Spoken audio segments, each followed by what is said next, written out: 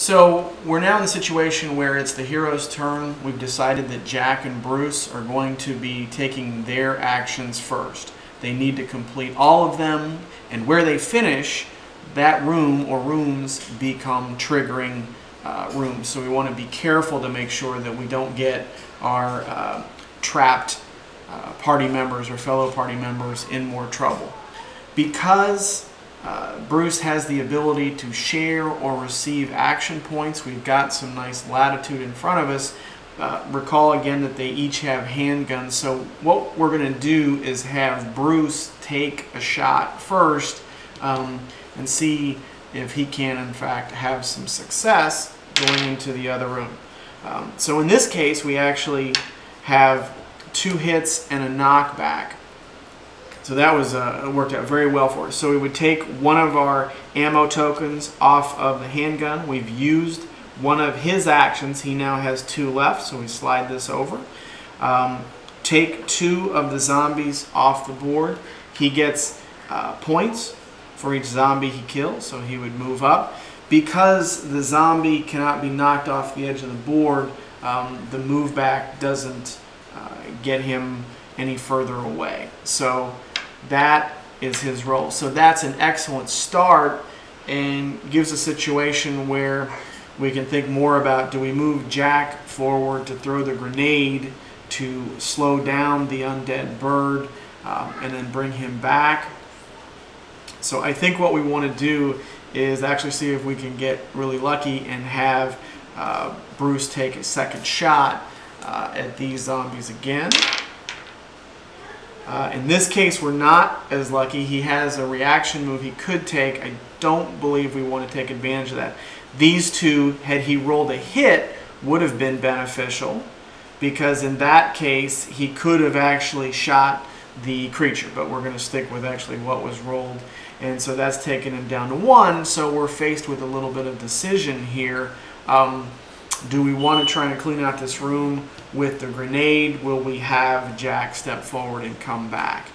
One of the things to be aware of is this group of zombies is not going to react.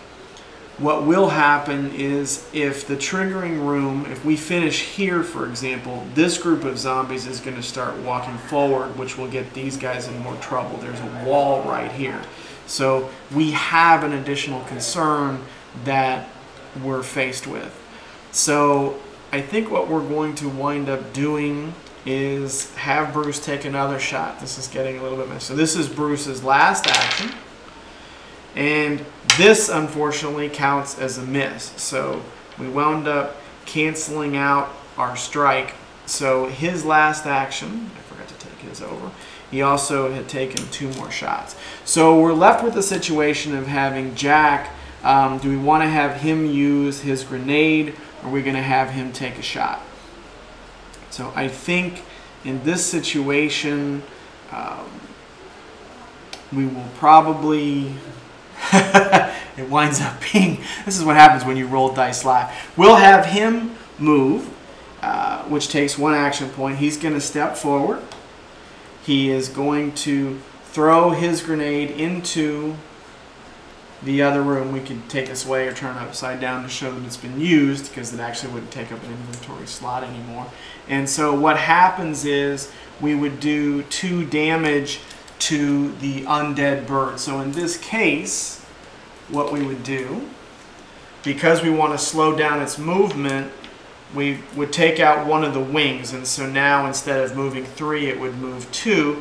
And I think the other thing I would want to do in this case is take away its special ability, which is when it rolls one of those strikes, then it would actually entrap you. So for that reason, we're going to do that. Then we are going to take Jack's last movement and move him back. So at that point in time, we've completed our turn, and this room now becomes a triggering device. So the creature would move forward 2 and attack us. The zombies, because they hear the noise generated from here, would walk forward as best they can, and they would come in and attack our entrapped creatures. So we're probably not popular right now, but this is the challenges of the game.